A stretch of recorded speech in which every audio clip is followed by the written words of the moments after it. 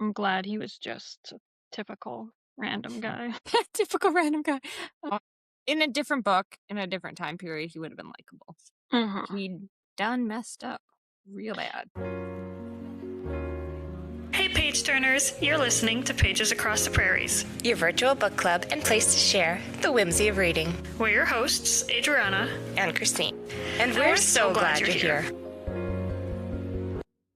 Hi, welcome back to Pages Across the Prairies. Today we are discussing The Mad Wife by Megan Church, and this is our spoiler-full version. So if you have not read the book, or if you don't want spoilers, you can listen to our spoiler-free version, which we'll have linked, but it's on our page. Otherwise, we're ready to dive into spoilers. Perfect. Let's see what you got. I mentioned in our last episode, this book has been a popular pick. It's a New York Times bestseller, so I think that it's on a lot of people's minds if they haven't read it already. I am going to go a little off script this time just to start with, and I am just curious. We know the main character, Lulu. She is known as the queen of Jell-O salads, and I am just curious what your stance on Jell-O salads Jell-O is. I'm so curious about Jell-O salads. I've looked at a lot of pictures of them. I've seen books of them in the past. I think they're a crazy work of art. I want to make them. I want to make them too. So I want to make them. I want to taste them. I want to see them. yeah. And just how random can you make it? And like in the book, she says, if you put it in front of them, it can be anything and they'll still eat it. Yeah, so it's just people like, eat anything. I want to do this. I went through a whole phase where I was just researching these. I watched all these videos of all these different salads that people made. Mm-hmm. I did see one quote saying that, because I was like, there's no way this tastes good. There's no way people are eating this. The idea behind them, as far as I can tell, was to show off that you had a refrigerator. Yeah, I think that it was more of a showpiece, like what you're just saying. It's definitely, yeah, some people ate it, but it's more of like flaunting your wealth type of thing. Yes. One of those kind of things. And Lulu's husband was all about the modern conveniences, so that totally makes sense that she would then be the queen of Jell-O salads. But I've seen videos of all these cool salads. I would love to try them. I kind of went through a phase. I used to be a children's programmer at a library, and I went through a phase of making everything Jell-O. So I would do Jell-O programs. Not gelatin. I'm trying to think. I don't know if it's agar-agar. Agar-agar, yeah. Thank you. But there's also another one. It's like a green. Do you know what I'm talking about? Yeah. What's that called? I know what you're talking about. I just don't know what it's called. We don't use it very much, but I happened upon it in a store, and it goes a lot further than like just gelatin would. Mm-hmm. So I was pouring that in everything. We made Lego hand soap Jell-O, Jell-O everything. Yeah, it's a type of seaweed, I think. Yeah, I just don't want to say the word again. Agar. Agar. Seaweed as yeah, well. it's also from seaweed. Yeah. Well, if you happen to know what we are talking about, comment it. Let us know. I recommend using it. It's fantastic. Yeah, I the would green one's probably great. use that. You've made a, how could I word it? Because it's not a Jell-O with an expiration date. It doesn't have one. You're a bit of a Jell-O aficionado too? Well, I am I made a Jell-O out of resin. So it was layered, colored Jell-O made of resin with fake fruit in it. It was for a food styling thing. So it looked real, it was shiny, but it will last forever and probably be in outer space when the world blows up. So it's really depressing. No, it's Jell-O. It can't be depressing. But yes, the green one you're talking about is really good for setting certain, little like pies and whatnot too. Nice. Yeah. So I would like to make a Jell-O if you guys would like to see us make a Jell-O. Yes, please I'm comment. not opposed to it. What do you want in the Jell-O? Or if you have a recipe, because I found I don't know if he's a TikToker or what, but he makes them and he goes off actual recipes from the 50s. I think that is so cool. Yes. Oh, I love it I love that part of food history where people are making whatever it is that people ate back in the times. Would you eat a Jell-O salad though? What she was throwing? Would you try it? I'd give it a try. I'm not going to say I'm going to like it, but I'd give it a try probably out of politeness. Depends what's in it. Like the fruit ones sound great. Like I would like to eat the fruit ones. Yes. Not so thrilled about some of the other flavors that are in it. Just, I'm sure it'd be fascinating to try, but I like to eat my tuna in a different form. Fair. One of my favorite things about Jell-O is that it's kind of like a solid. One of the few solid things that you can have when you're put on a liquid diet. Yes. And I feel like it kind of makes you feel more full. I don't know. I appreciate it. Yeah, honestly, I have not done much with Jell-O or even eaten much Jell-O in my life.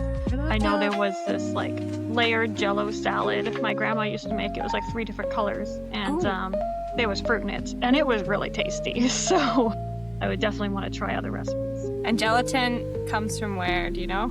I feel like this would be in your wheelhouse. I just think it's a fun little fact. I'm just going to read it to you because I know. I was like, do you want to share it? Yes. Yeah. Gelatin's great. I mean, we all need to eat more gelatin. Derived from collagen found in skin, bones, connective tissue, hides of animals. I thought that I heard hooves, though. Am I crazy? That's what I was told when I was a kid, but I don't know if that's like a thing of the past because you never hear of it now. Off topic, so that not made from animal hooves. So according to this, according to this web search, not made from hooves. Yeah. So it's like when you make a big stock, it's full of like collagen, which is really good for your joints and whatnot, and skin, and so I don't know. Maybe we should all be eating more gelatin. Yeah, that's the secret to youth. Exactly. So keeps us young. Okay, so who was your favorite, or do you have a favorite character in this story, in this book? I don't have a favorite character. I was thinking about this because I'm just like, everybody annoys me so much. Fair. I gotta say, I do love little Wesley, but he doesn't feel like a fair character to have as a favorite character because he was such like a side, not even side, like just a person in the book, which the story would not have been the same without him. No. And then at the end of the day, sure, there was Lulu, but she was so unreliable. Mm-hmm. And I did like, though, how we got to see motherhood from a different side, even though she was super unreliable. Like, what do you mean a different side? She wasn't like, I think her name was Nora. Like, I'm sure Nora had her own problems, but Lulu was a mother with traumas going through her brain and grief and depression and sadness, and we got to see it from that side instead of the side where it's all just like, oh, it's great. Hunky-dory? Yeah, it's like, oh, it's the best thing ever, which I'm sure it is, but it's nice to see it also from the other point of view, so you might feel alone in the world. She was talking about it, so then she might not be able to talk about it with her neighbors, but she's able to talk about it with all her readers. That's a good point. I liked Nora. She was like a powerhouse, and I feel she was really a good mix of somebody embracing the traditions of that time, but also starting to embrace when females started to get more rights and started to be allowed to speak without being labeled as hysterical. I thought Nora was a good mix. Yeah. In some ways. When there's things that I wish she had done in the book, Nora, but fair. I do appreciate that she did check in on her friend who was struggling. Yeah. And she tried. I agreed. Because, it's not like I super love Nora, but closest thing to favorite character. Yeah, this book was really hard to find favorite characters. It was, and one of the arguments in people who rated this book lower were people saying that they didn't feel that the characters were developed enough. Somebody said that they didn't think Bitsy was developed enough, but I listened to an author interview from Megan Church, and she said one of her drafts was from Bitsy's perspective entirely. So, yeah. Interesting. I'd like to read that. Right? Very interesting. It adds a little bit more, like you start to question things that were said about her a little bit more. Yeah, because right now I don't particularly like Bitsy, and I might not after reading her story either, but I'd still like to know more about her. I'm so bad at siding with the main character. If the main character has an enemy, I am on your team. We are a team. Even if I don't like you, we're a team, unless you're Theo from The Silent Patient. But yeah. We're not on a Get team. rid of him. But generally, I try and be on a team with the main character, and if you don't like somebody, I don't like them either. Exactly. It's like, we're in this together. Exactly. I also think that, the characters might see something that I don't. I don't know. You never know. In this case, Lulu's seeing all kinds of things that people don't see. That is, more than true. All right. Was there anything about this book that fascinated you or that you found super interesting or intriguing? Oh, like so much. From the asylums to the lobotomies to the medication, the mental health, the stamp books, the gelatin, honestly, even the dishwasher they got. Everything really fascinated me. Yeah. About this book, and a lot of it made me think. and want to do more Research? dive into it. Yes. Yeah, I'm always fascinated by history and books, so I was super fascinated by all that as well. The stamp books, I thought that was so cool. And somebody said, I don't know, it kind of said like they were saying that it was too heavily relied upon. I thought it was cool that she she every single time she saw something that had to do with the stamp book, she was like, one and a half books. I love that. She was on it. She knew exactly how much everything was. And now I want to know what they all got for stamp books. Like, what could you buy with it? I want to know everything. Like, okay, sure, you can get a camera, but like, what else is there? And how many does it take? It kind of looks limitless from what I could tell. So these were from what I can tell, the S&H Saver books, and you would get a certain amount of stamps based on what you bought, or, probably kind of like our point systems today. Correct me if I'm incorrect. But I went to a Reddit board to just kind of see. And it's funny, I don't use Reddit very much, so hopefully I'm saying this correctly. I think it's a subreddit entitled Ask Old People. And they said, what did you buy with your S&H green stamps? One person said that they just turned it in for money. Every book was worth $2. Which actually, because I was like, $2, but put it in the time period, $2. Somebody said a tennis racket. There was somebody who said china. Somebody said a guitar, a blender. Somebody got new sheets for their dorm, toaster, waffle iron. Somebody had an ironing board, which they still have. But I swear I saw something like really, like a very large item. I can't pull it up right now. I can't find it, but I would be curious to know if you have anybody, in your life that bought stuff. We'd love to know what they bought. Yeah. Or what could be bought, but it does sound kind of like a new thing. That's so interesting. And then, like, how much did you have to spend to get a sticker? Like, and I had read somewhere that it said, was it possibly Megan Church saying that this was a way of giving Lulu control over it? Like, it was something that she could control because she could choose where she was spending her money and stuff. So I got the impression from that it was kind of like a points system today where you buy certain items, you get more points. So I'm curious. Yeah. I would love to know more. Yeah, like, is it like the superstore where you buy this much and you get points for getting this many tomatoes or something? Yeah. Something else that I did find that I thought was kind of funny is it still exists today, in a way. It is a mobile app. I didn't download it. I am in Canada. I imagine it's probably more of an American thing. I'm not sure. But yeah, you can still collect your little coupons or your little stickers on there. I thought that was pretty cool. So cool. Oh my goodness. Right? I love when things survive through time, even if it's... I would too. Because she had it memorized pretty well, so... Yes. And what you could get. Well, I just looked it up and I found a Facebook thread and somebody's like, our church actually got a school bus. The whole congregation saved them till they had enough. That was something else. I read somewhere somebody said that they used to work at a job where you could turn in ideas and the value of your idea, the profit-making value or something like that, the amount that they felt it translated to, you would get that many stickers back. And so she ended up getting a huge amount of stickers. So cool. Wow. I love this. It's so fun. I think it's pretty cool. I was fascinated by their little schedule. I thought that was pretty cool. I think obviously the one at the start of the book was not a genuine schedule. Because it said something like scream into the void. Yeah. But like that whole book of rules that her mother-in-law gave her, it's like, I want to find a copy of that and just give it a flip through. Maybe some of those things still would work now. Well, I had mentioned to you even when we were reading it that I do feel, and not that it's the most positive, but I also think that sometimes when you're kind of at home self-directed with children, your days can get kind of out of order. So it is nice to have, in a way, a theme of order, not necessarily one that you're shamed by the neighborhood if you do not follow. But yeah, I thought it was interesting. Yeah, I would like to read that book and just be like, yeah, okay, Tuesdays we do go shopping. But, if for some reason you don't want to do your vacuuming on a Thursday, nobody's going to care. I feel like literature, especially directed towards how females should act and be, has changed so much, because I remember when I was younger, like, we had these diet books and stuff that were just written for females on, right? Yeah. I wish I could, it just came into my mind right now, but I wish I could remember a little bit more of it, because it's quite scary, some of the stuff in there, like some of the stuff written towards females. Yeah, and that wasn't that long ago. No, it was not. It completely normalized at the time. Yeah. Well, the 50s weren't too long ago either. No, they weren't, which is also just... Oh, I I meant to mention, just this is random off topic, but when we were talking about stuff that this reminds us of, just because of the lobotomies, Sucker Punch. Have I seen that or read that? We watched it together. It sounds super familiar, so I'm like, I must have. But I'll send you a picture of it. You'll know it. yeah, send me a picture and it'll connect my dots. Yeah, I think I've mentioned it one more time. I don't know why. I'm just bringing up Sucker Punch all the time.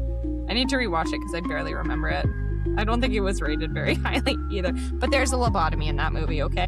Yes, There you go. it's loading. It's just a movie we watched when we were very young, so I don't understand the whole context of it, but My goodness, I forgot about this one. Yeah, oh, that was crazy. yeah, I don't really remember it too well. I assume she was insane from what I remember. I think that's what I remember as well. It's a little, yeah. Yeah. All right. All right, so was this book what I thought it would be? Well, it was more or less what I thought it would be. I was expecting it to be more thriller and more like just harder to get through. Yes, it was hard to get through, but because of the author's note at the beginning, I thought I would just be way more crushed than I was. So yes, it was a tough book to put down, but it was just like, yeah, no, it wasn't quite as horrible as I thought it was going to be. And I don't mean horrible as in like a bad book, just as in devastating. Yeah. Yeah, I was expecting a huge, something very, very bad to occur. And I mean, the mean, loss it of was. autonomy, yes, but it wasn't what I expected. And I don't want to say that it glamorized the outcome for Lulu, but I feel like for a lot of people that just wasn't their reality. That wasn't the outcome for them. You know, how many people are going to be able to flee from a sanatorium or sanatorium? How do you say that? Sanatorium, I think?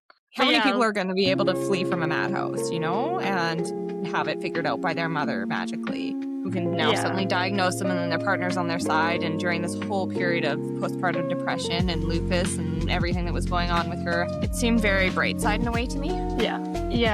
I mean, I don't know much about lupus, and No, I'm just I do not curious either.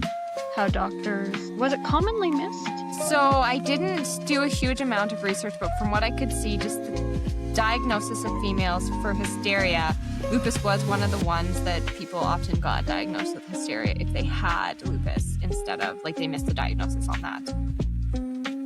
Okay. But it was just kind of like, and that I want to say, I feel in some ways today it still is very easy to diagnose somebody with a mental health ailment when it is actually something that is not mental health. And I feel like that's something that happened way more back in the day, but I feel like it still occurs. I actually had a quote I was reading up on, because this is a subject that really fascinates me. But this is just a study done by the Office of Women's Health, and according to it, if both a man and a woman were to go into a doctor's office and they were to have everything similar, the female patient is twice as likely as the male to walk out with a diagnosis of depression. She's also more than twice as likely to get a drug or medication. And if it's a painkiller, then she's going to get a higher dosage than a male, which is very interesting because of our build. Interesting. Mm-hmm. I'm really, really fascinated by that. Why does it feel like all we get given is Tylenol? It doesn't surprise me at all. It's so often, even just like in side comments by people in life, not necessarily in my life, just like in life, women are always written off as crazy or Yeah, who's nuts. I think historically and even up to today, there has been a huge negligence in the study of women's health. Yeah, they just started testing some things very recently that probably should have been tested a long time ago. Right? Or assuming that female bodies function exactly the same as men. No, okay, so when you said that just given Tylenol, that brings me, I was just going to go through some of the medications given to women throughout the times. But when you said, why do we only get Tylenol? One of the books, I mentioned The Kitchen House. And in that book, one of the characters, I don't want to spoil it for you, but she was given laudanum, that's opium, and alcohol. Yeah. Right. And that was recognized as kind of the aspirin of the time. You could get that if your head hurts, if you're emotional or stressed, just you need it, here you go. But it reminded me kind of Lulu in this character who had it. It was like very hazy. Mm-hmm. Very disconnected, and it was very often given for female complaints, with the goal of treatment being more quieting your distress as opposed to treating it and just blunting your emotions, Covering it over so then you couldn't be hysteric or whatever. And then you move forward, like this one, it was in the 50s, and they give her, what was it, Milltown, Milltown, yeah. which was one of the first the first mild tranq widely used, put on the market. Okay, so the person who created it, he happened upon it by accident, and he wanted a drug which had the unique property of relaxing people, but also keep them awake and so that they can function. He wanted it to be a sedative, but somebody else had told him that there were already enough of those and that people really wanted tranquility. Enter tranquilizers. Yeah. Right. And this one, Milltown, was marketed quite widely. Like, it was quite widely used. Hollywood got a hold of it. That's when it started to gain in popularity. And it was, like, I sent you some of the advertisements, used for any kind of discomfort, hysteria. Like, I even saw an ad that said pregnancy can be made a happier experience, which is horrifying to me personally. That's terrible. Oh my goodness. I can't believe they were giving that to pregnant women. It was quite normalized, though. So it relieved anxiety, relaxed your muscles, and induced a mild euphoria, known as inner peace. And just a little fun fact. Somebody had said at the time that it should be added to drinking water to make people less anxious. Yeah. And so fast forward to 2008, when traces of it are found in supplies of water in Los Angeles and other areas. Yeah. That is awful. I just don't thought even it know was what to say. interesting. Oh my goodness. Milltown itself is not used as widely today. Well, it's not used, period, but the medication itself is used, just not as much. People have switched to probamate, and so that is still used. But nowadays they tend to use more benzodiazepines and SSRIs. I saw somewhere, don't quote me on this, I thought I saw 1 in 20 Americans at the time were using it or had used it at one point. Yeah. Oh. It was quite common to use it, and like I said, normalized in newspapers, advertisements, whatever. And then you move into Valium, or to me, okay, so I'm going off of what I have kind of researched or heard in books. So these are things that I've seen commonly used. So Valium is one of them. Like, it was one of the most prescribed drugs in America. It's a benzodiazepine, calming, numbing, and it does have a dependency risk. I think that it's a little less risky though than Milltown. But I had a quote here saying mother's little helper. That's what it was. And then when you get into the 80s, you get SSRIs like Prozac being used. So that during that time signifies instead of sedating people, we were moving more to regulation. So allowing people to function more and not be in that huge haze that she was in. But you know, there are a lot of other things used nowadays. Antipsychotics, hormone regulators.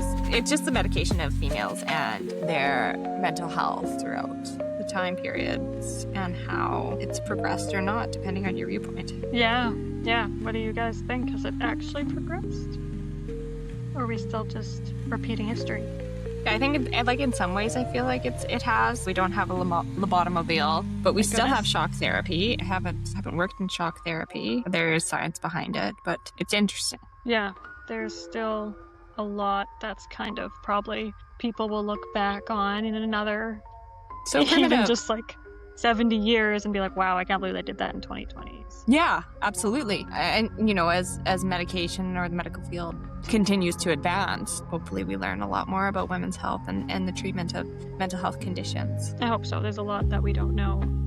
And there's a lot of people suffering still with it. So we really need to pick up the pace on that. Yeah. Because I've just read a lot of books and it's funny because I think I've said before, I was like, I don't read mental health books. And I guess I've read more historical, not current. And so you see these huge trends of women being put on these heavily addictive drugs or reacting to a situation in a way that, I mean, like having a natural reaction to the things going on around them. That brings me to, do you think her reaction was fair? Yes, I do. What I am not sure about is the extent to which she believed her hallucinations. Yes. Because there was that moment where the blanket dropped, and it really did seem as though that was kind of an unmasking of she did not know up until that point. Yeah. But Megan Church also says, just like how the character cannot see reality, she is also trying to make sure that you do not know what is real and what is not. It worked. It did work. It absolutely worked.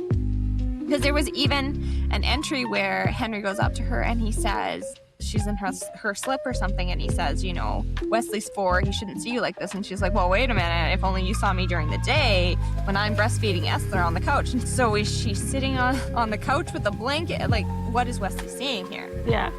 What is that little guy seeing? Or is that just another manifestation of? Yeah. I don't know. Or is she believing that that's what she's doing? Yeah, because again, like even during the nighttime periods, because I was like, she's clearly tired, right? Like you had said, possibly you had thought she suffocated the baby. Yeah, when the cat was like on her, there was the blanket that she was holding on to. She had fallen asleep, and then Henry comes in. I was so sure she had smothered the baby, and that's where I had to pause it and be like, I can't handle a smothered baby.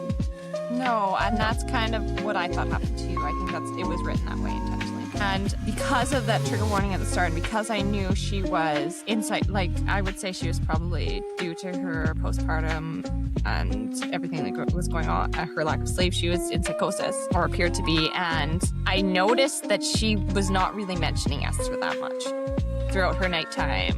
Like occasionally she'd be like, okay, I need to go feed her. But I was really paying attention for mentions of Esther, and I was not noticing them as much as you would for a real baby. I don't know. Maybe it's just my baby that wakes up 5 million times in the night, but... Well, it was a brand new little baby. Not sure how many times they wake up, but maybe hers was just a really good sleeping one.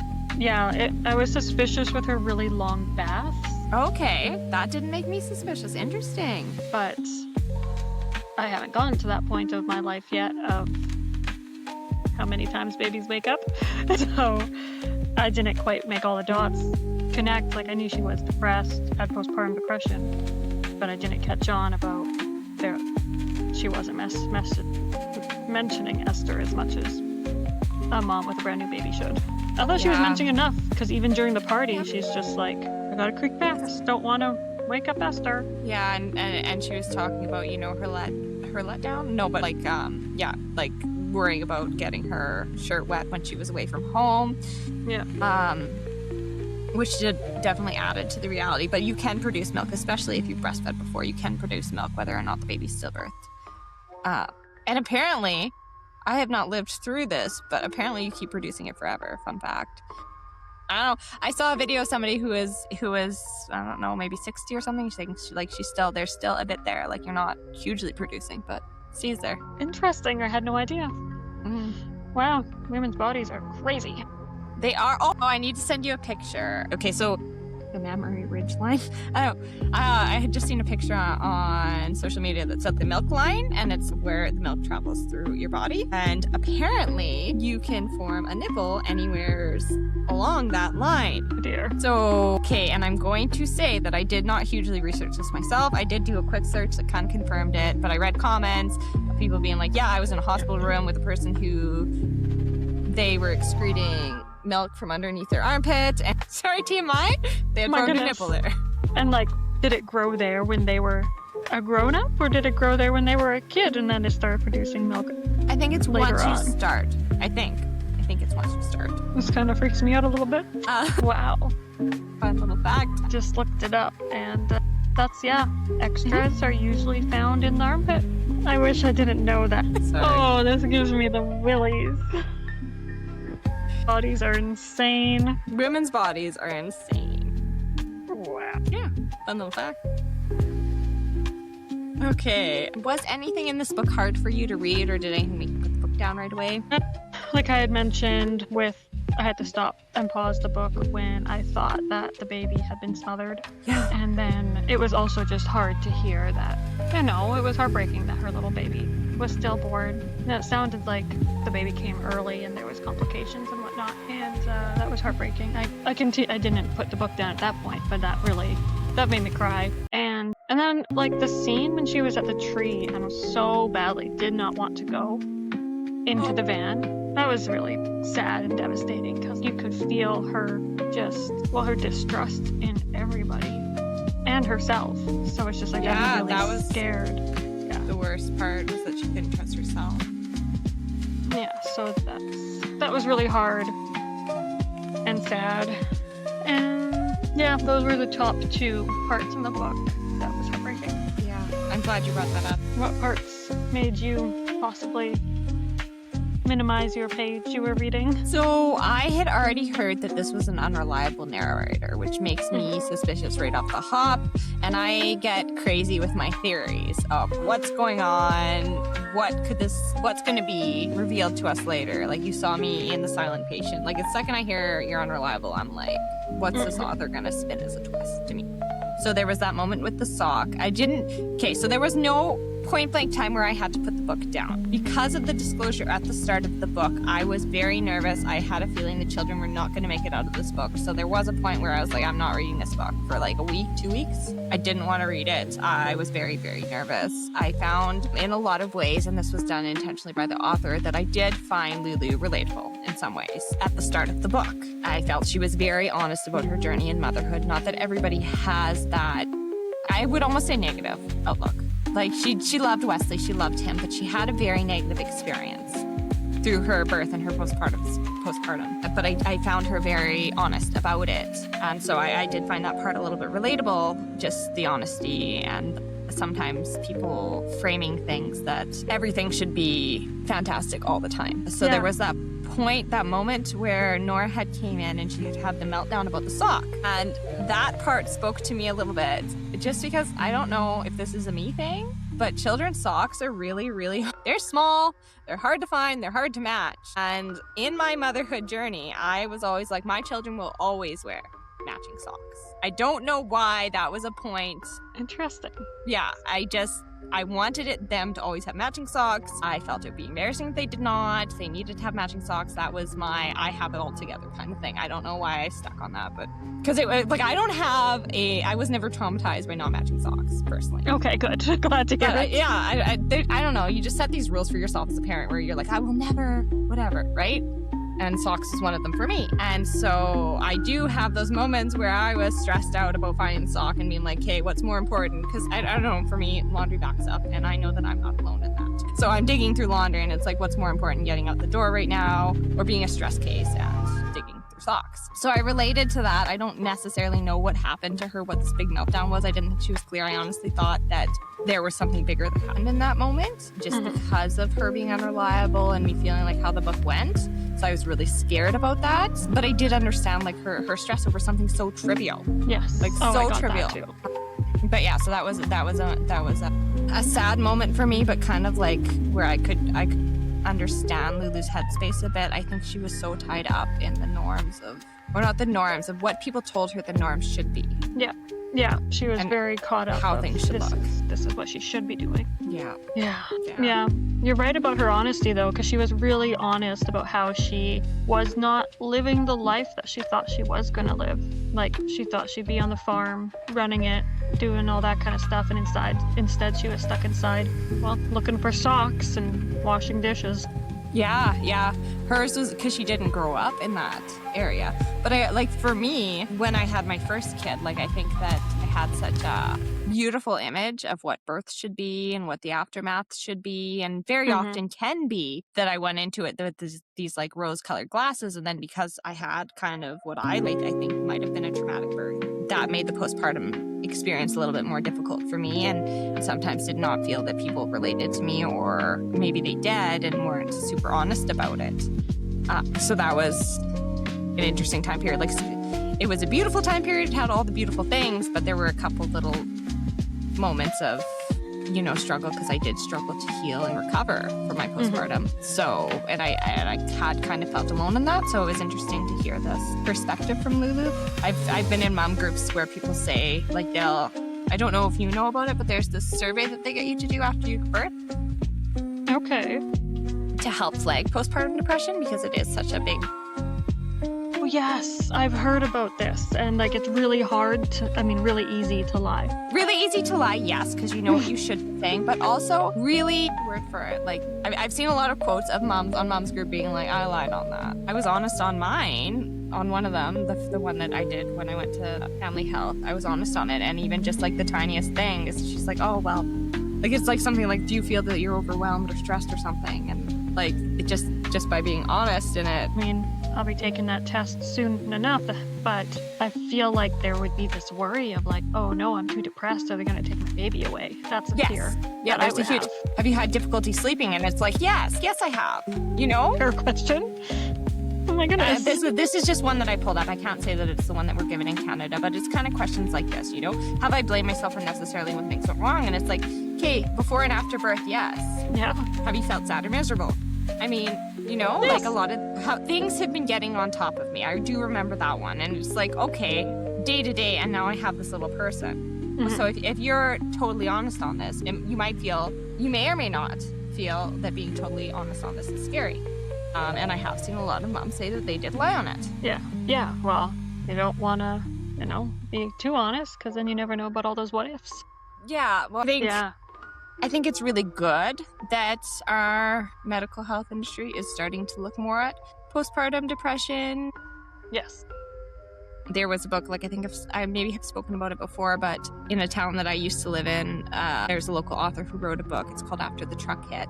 And she talks about her experience with postpartum depression. And it was something I feel, it's been a bit since I read it, but I think it went unflagged and caused huge issues.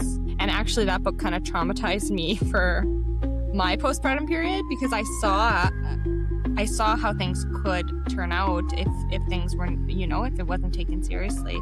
So it is good that people are starting to take postpartum depression and postpartum period more seriously and acknowledge the significant struggles that can happen with it. Yeah, I love that it's becoming more of a thing that is realized and talked about. There's a lot of people that talk about, oh, they've had it, so if you have it, don't feel alone. And it's like, good to know. And I think that comes in handy with this book is for me, I'll be there in a couple months. So it's just like, okay, so it can and probably will happen. And it's not something you have to do alone. No, and it's not something you have to be afraid of. Well, I don't know. It's not something there's no help for. Well, books like this make you more aware of, okay, how can I try to prepare to lessen it? And that's what I'm focusing on because depression's real good running in the family. So yeah, that's it. Like for me, I remember it as day 3, but it was day 5, and I had a lot of supports, but I was also moving during the time. There's certain things that can help trigger postpartum depression. I was moving at the time, but I had a lot of support. I wasn't having to look after meals. I think I was cleaning. We were staying with my mother-in-law, and so I would clean our one room. I would bath myself, bath the baby. I didn't have a lot of responsibilities, but even then, I did feel like things were getting on top of me. I felt like it was like you have a whole day, but somehow it just did not feel like enough time. I wasn't sleeping at all because I was so anxious about the baby. My firstborn was born. He was jaundiced, and I didn't fully understand jaundice at the time. I hadn't gone through medical school or anything at the time. And I just was like, what happens? What happens if he stays jaundiced? What happens if I can't breastfeed him enough? Like what? And so I wasn't sleeping. I was anxious. I wasn't healing properly. And I wasn't healing properly because I was really afraid of my body after birth. I was really afraid to look at it. And so that was not doing the things to care for myself that should have been done. Also slowed the healing. So it was just everything kind of came to a head at like day 3. And like I remember feeling super happy at times, but I did feel super low. And if you haven't experienced depression or like it just felt like, I'm not sure how to explain it, but yeah, just like, everything's good and everything's good, but it just does not feel that way at the moment. yeah. Yeah, I don't know. It's hard to explain how depression feels sometimes. Yeah. It's very roller coastery. It's like everything's okay, but your brain is not aligning right. So even though it's okay, it does not feel like it is okay. No. And it was nice because at that time nurses were doing home visits, so she was able to come and kind of relieve some of the stress from that. And she weighed the baby. He was over his birth weight. He had doubled it, I think, at that time.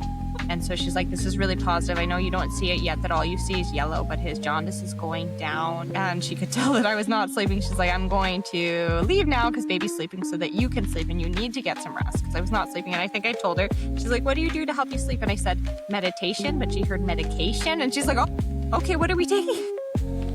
Meditation. But yeah, I was so tired at that point and so stressed and worried just about baby's health and well-being that yeah, like it's a lot.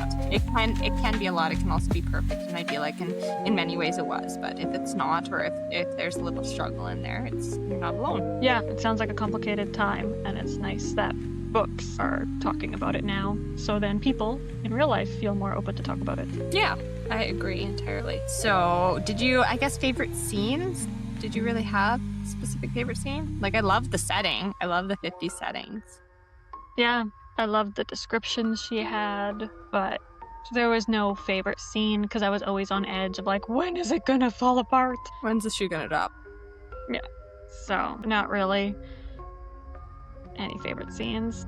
There was one with Wesley that was really pure, but Yeah, all those were pretty pure with him. I really liked that. yeah. What about you? No favorite scene. I did like her talking about her childhood. I liked like the little scenery of the tree and the pond, and but I didn't trust Lulu, so I was always a little nervous. I was like, was that bunny real that you caught when you were a kid? I was like, Yeah, yes, I was no. questioning everything. Yeah. I was like, did she push her brother off a tree? No, he got polio. Yeah, I figured it was polio. But I was surprised to hear that you could get polio from the water. So that's... I was super surprised too, and I had to research that because I was like... Yeah, I was very surprised, but I figured because he couldn't walk and he was healthy otherwise. It's just such a perfect time frame for polio. Sad. Yeah. Least favorite character, I feel like this is an easy one. Okay, his name. Bitsy's husband. Greg? Gary? I can't remember his name. I tried to forget because I really did not like him.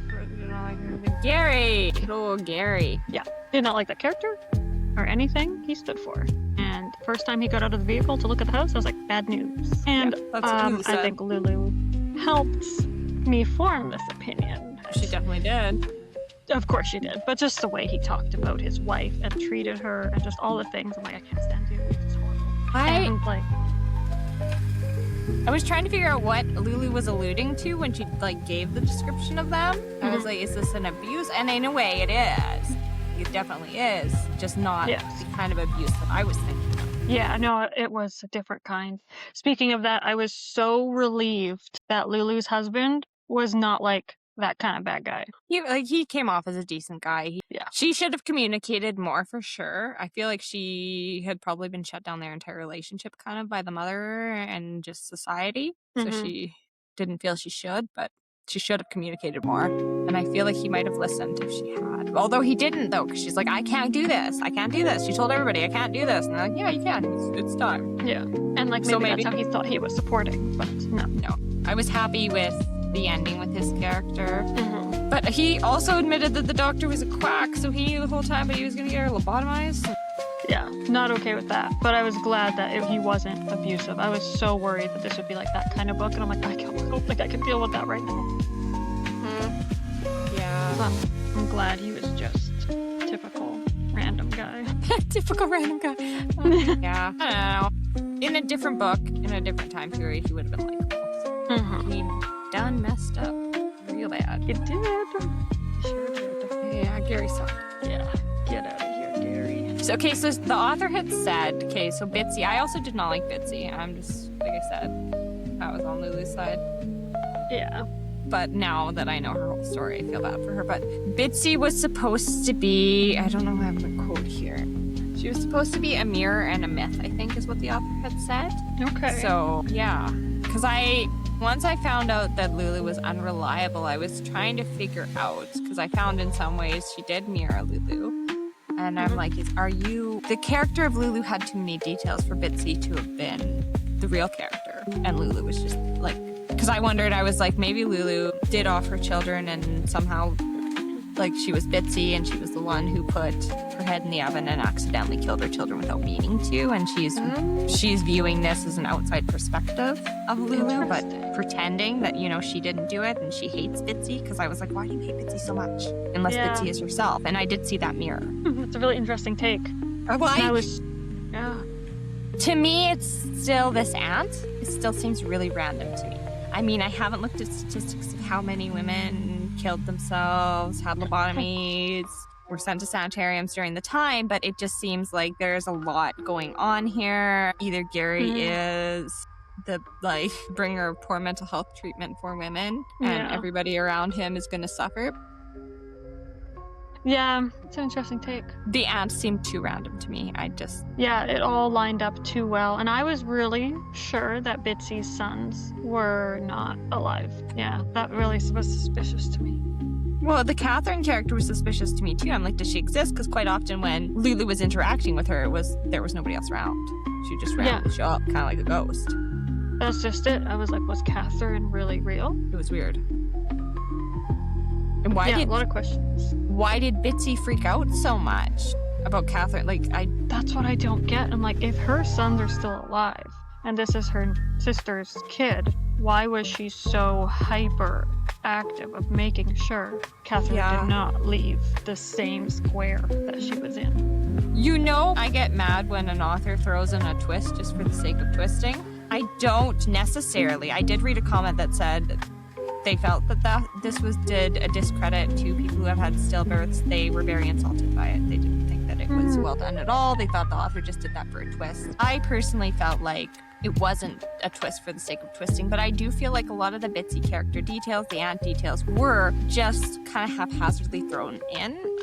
Although after hearing the author say that she did a whole draft on Bitsy alone, maybe I'm missing something. Interesting. Yeah, need more about this kind of stuff. Need more clarity. Yeah, but I kind of felt like that with a lot of things, and maybe I'm being too critical here, but I felt like it was just like, here's a little piece of history that I like, I'm gonna throw it in here. Here's this, I'm gonna throw it in here.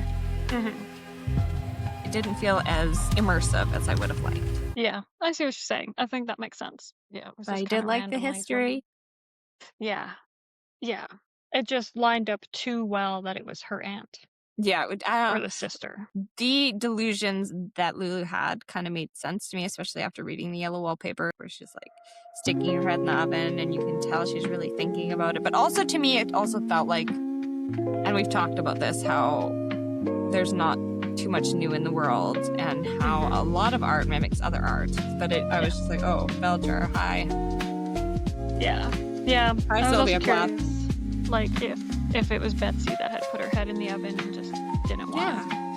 Yeah, that would have made more sense to me personally. The aunt just seemed like a random. I mean, I guess Gary's just running around causing mayhem, so he probably was the cause of that, but I blame him for everything. I really did expect Lulu to do that, because I think it seemed that her mind was going in that direction. Yeah, with the way she kept talking about and fixating and breaking in to learn about all this stuff, I'm like, I expected that not to be real. Yeah. I need to read yellow wallpaper because... Yeah, I need to read that in general. I made a note of that. But I'm pretty impressed with her insane self that she did go into the house. And, I mean, they knew, but still, she seemed very sneaky about it. Yeah. I mean, it was a good plan.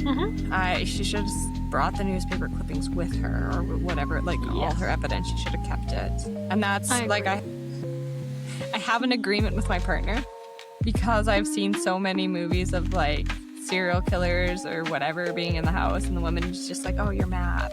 He has agreed that he will believe me. We'll see if that stays true or if I end up lobotomized. Well, I hope that you never come to this situation, but yes, he should believe you. I'm glad you have this agreement. That's a very good one to have. It is. I've seen too many horror movies. You need to believe too many me. out there. Yep. Sick of this practice of not believing women. Because we're mad, I don't know, and but hysterical or unreliable. It's been happening for centuries, I'm pretty sure. We're just always crying wolf, I guess. I think there was something else that I wanted to ask you. Oh, did you expect her to go to her mom's house when she escaped? No, I did not know where she was going, but I was like, she's just gonna drive until she runs out of gas and get caught and get dragged back to the sanatorium. That was my thought. I was not thinking she was going to go to her mom's because she didn't seem to like her mom very much. No, and then all of a sudden it's like, oh, they have this loving relationship. Yeah, and I can see how the mom is like, oh, this is still my daughter, of course. I gotta take care of her and all this kind of stuff. Like, I can see how this happened, but it's also just like, why did you go there other than that's where you grew up and you do have good memories there and you do feel safe there? Yeah, well, it was really the only place she could go. I mean, maybe to Nora's, but she'd just be drugged right back where she was. Yeah, Nora would have been like, come and get your crazy wife. Nora should have told Henry that she saw that Bitsy was lobotomized. Yes, I was so mad that nobody stood up for her and said, yeah, actually, you're not just saying a bunch of lies. You are right. Right? Yeah, so I was really surprised that she went to her mom's, but I'm really glad that her mom's just like, oh, wow, yeah, you got lupus, and saw it. But I mean, how could the mom miss it if that's how her dad died? Right. I knew when the first doctor came, I knew she should have mentioned the rash. Mm-hmm. But I still thought it was representative of postpartum depression because I had read that, either from toxic medication, which she was put on later, or not necessarily, like just from reaction to medication. You can get these rashes, obviously. So I thought that was maybe a reaction to her first medication. Just the increasing, but also stress can leave your body in rashes, and I thought that was just a manifestation of her postpartum. I was even going so far that maybe she's slightly allergic to the cat. I wasn't sure if the cat was real. What's going on here? It only comes at nighttime, and then she's like, it comes so quietly. It knows to come so quietly. And then all of a sudden, when she starts, I can't remember whether she could, because there was a point, and this is also what really reminded me of the bell jar, but it's just symptomatic of mania, psychosis, depression. Well, not depression, madness. I don't know. Mania and psychosis, where you're like, she said she could smell. There were 2 She could episodes. smell colors, and then she could see or hear. There was another one. Yeah, there was another one because she mentioned that she could see colors a couple times, and I never made that connection. But that is like a glaring sign. Yeah, olfactory and visual synesthesia. Yeah. When people experience colors, when they smell odors, they associate a color with it. So that one, I think that was the first one. I could be wrong. Correct me if I am. But there was another one too, and it happened when what's the other one though? Anyway, it was when the cat was scraping on the door outside, but she had previously said the cat knew she was letting it in and the cat was quiet. But then in the middle of this, there was an excerpt where the cat was scraping and it was too overwhelming for her. She brought the cat in, and then again later on, she mentioned how quiet the cat is when it's coming. So I'm like, what? I don't trust you. Yeah, that's a good point. That's a good catch. That's a very good catch. I don't know. It was just, that was the night when she stayed up and cleaned the whole house, I think, because it was like she was getting sensory overload from the mess in the house. Yeah, I don't know what those are called. That would be interesting to go back and pinpoint those. I wish I'd saved it because it was the start of each chapter, and it was like, when I woke up, I could smell. Yeah, I think that's why we need to learn more about this kind of stuff. But anyway, that was very, just the way, even the wording of it was very bell jar to me. Yes. Yeah, you could really tell they were connected. Now, did you fault the book for that, or did you appreciate it? I kind of just separated the two in my head. I was like, everything's taken from something, so this is just a new idea taking an old idea. Yeah. And I just separated the two. It's like taking an old recipe and slightly tweaking it into a new one. Something different. I like that. Is it an analogy? Oh, thanks. I like that comparison. That's lovely. Yeah, did it bother you that it was like, was in the same type of thing? Just those specific entries, just because they just seemed very, very similar in the wording. Yeah. That night I could taste sounds. Tasting sounds. Tasting sounds and seeing colors. That's interesting. Not seeing colors, smelling colors. Smelling colors, sorry, yes, you're right. Well, I don't know if that's correct, but you can see colors. Yeah, no, you're right. It was the other one. Smelling colors, which some people can just not naturally. I don't know, it's naturally, but some people do every day without being manic. Yeah. Okay, so it was sounds, right? Is that what I just said? I think Megan Church did some very good imagery, but it was like that chapter. I could really understand Lulu's head, like how she was feeling and the overwhelm. Yes. Yeah, Luna's pause on the glass door. I ran to open it quickly. The dance of sweet and tart that was interrupted by the screech of Luna's pause on the glass door. But it could have just been, because everything was so overwhelming, it could have just been like a soft pad. And it just sounded like a screech because she was overwhelmed. So perhaps I read too much into that. Synesthesia? Yeah, that's what it's called. Okay, synesthesia. That's so fascinating. Yeah, tasting sounds and hearing colors. So it was probably just the pads, like you're saying. And she's just like, I can't. Everything's too much. And sometimes that happens. Sometimes the slightest sound is just like the most irritable thing in the world. Actually, that happens to me a lot. But yeah, like I don't know if that's just a female thing where like sensory overload. Actually, I have worked with little individuals that were not female that went through sensory overload. So it wouldn't just be a female thing, but I perhaps more common in females. I don't know, because I haven't known a female that I've talked to about it that hasn't felt it. Yeah, me neither. Actually, now that you mention it, it's like basically everybody just their ears just get too full, and it's like I can't handle another sound. If you breathe, I won't be able to handle it. Right? It's just so overwhelming. Yeah, it happens to me like every day, all day. Probably something wrong with that. They're selling like I've seen advertisements for a special kind of earphone that you put in that's supposed to dull it. I don't know if it works or not. I would be curious. I just don't feel like it's that easy to fix. I bought a pair. What did I you? just have not used them. I'm going to use them in my postpartum. Okay, well, let me know. The thing, babies' cries are specifically made to trigger you. Well, yeah, those are not the sounds I'm trying to mute. I'm trying to mute everything else around me. No, I'm not trying to say that. Sometimes I'm trying to mute baby cry. Well, they like sometimes if you have a colicky baby, they cry constantly, and it can be super overwhelming, and you can be trying your hardest, and so it's just kind of amplifying the situation, right? In which case, perhaps it would be helpful to have that dulled a little bit if you're actively there with baby. I don't know. Yeah. But yeah, it's like they're made to overwhelm you, so you are going to find it overwhelming, likely, possibly. 100% I will. I get overwhelmed by the cat meowing too much sometimes. It just happens. Well, and it's not even just that. It's like you feel their pain, and you're like, oh, It sounds heartbreaking. it's stressful. And Yeah. if you're a new mom, you may already be questioning yourself, or I don't know. We're not even there yet. Questioning everything. Well, I think we put so much stress on ourselves as mothers. I saw in one of my mom groups today a post about somebody. They said they drank some kombucha and they didn't know that they were pregnant. They're like, "Did I harm the baby? I'm so worried. I'm so panicked." And I'm not saying that you shouldn't be worried about doing these things, but I am saying that people will eat deli meat and freak right out. And that's a lot of stress that you're putting on yourself when you're researching everything that you're eating and worrying, and not that you maybe shouldn't, but it just, you want everything to be perfect and right, and you don't want to hurt baby. It's a lot of stress. Exactly. I think I've messaged you a couple times throughout this saying, what did I do wrong? Did I just eat the terrible thing? Well, and it's kind of like, depending on your physicians, some of them encourage increased stress through that too, and that doesn't help. I don't know. Yeah. Yeah, I feel like when it comes to my care providers, I've been pretty lucky with they're not putting a lot of pressure if you do accidentally have the egg yolk that's not quite cooked all the way or something like that. But yeah, there's just so many rules. There are. And so many people that will judge you very harshly if you don't follow them, or judge you very harshly if you do try your hardest to follow them. No matter what you do, you're getting judged.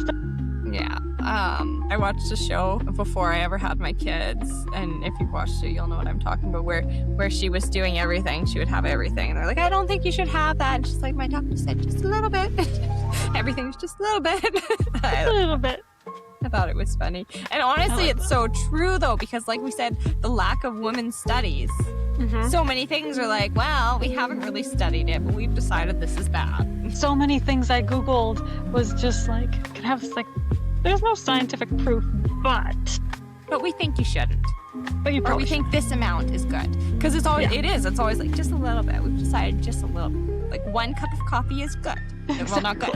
Sorry, not great. But 1 cup of coffee you may have.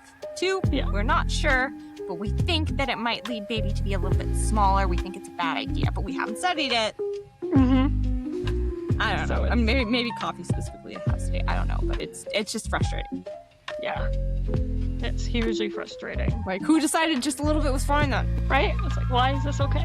If nobody studied it. Apparently, before, you could just take tranquilizers when you were pregnant and that was fine. Just pop them, make a little cocktail martini thingy with your pills in it. And it was fine. It was like, whatever. And have a cigarette while you're doing it. Whatever. Yeah, because smokes were...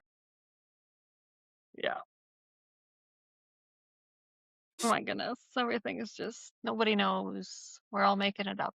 As if there's not, half the population able to carry babies. Yeah. And carrying babies. Too hard to study, though. Too difficult. Yeah. You can't do that. That's too much. It takes too much time and effort. Rat. Honestly. It's enough to make someone insane. Yeah. Like, I don't know. I just feel like it's such a commonplace thing that there should be more research and data. Yeah, I agree. I mean, we need babies to keep the world keep going, which I know isn't a problem, but it's like, why aren't we studying that? Well, and it's not, I do appreciate the advancements that have been made, but faster. Let's go. there's lots of people who I'm sure would take part in these studies. Okay, so on that note, I don't know that I have anything major I want to discuss about this book. What about you? I think the only question left that I have is your rating still so drastically lower than mine? I really want to stick it at a 7. I just, like, can I say... You can say whatever you want. Oh, I know, but like, just based off of like, oh, I like this book, I enjoy it. Can I say just 7? Just because of that, I'm staying at 6.5. That's fair. It's okay. But would I read it faster than some of my 7s? Yes. I enjoyed this book. It's a 6.5 for me. What about you? It's still the same. I'm just going to leave it at an 8. I still quite enjoyed it, and I would recommend it. And I like a book that makes me think so much. I do as well. Yeah, I love the way that Megan Church addresses human rights issues. Yes. Perfect. That sums it up very well. Yeah. Okay, so if you are wanting to follow along, join our book club. We are going to be posting every week. Our next one should be spoiler-free. I believe it'll probably be part of our genre challenge, which if you don't know about that, you can find it on our social media. Basically, we're just picking books from different genres. So you'll either be getting recommends on books in that genre, or you'll be getting a spoiler-free episode. Either way, we'll be happy for you to join us. In the meantime... Perfect. Yeah.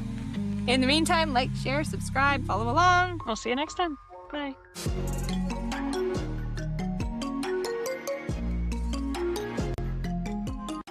Thanks for flipping through pages across the prairies with us. Until next time, keep your tea warm, your bookmark handy, and if you enjoyed today's chat, like, share, and subscribe to join us again.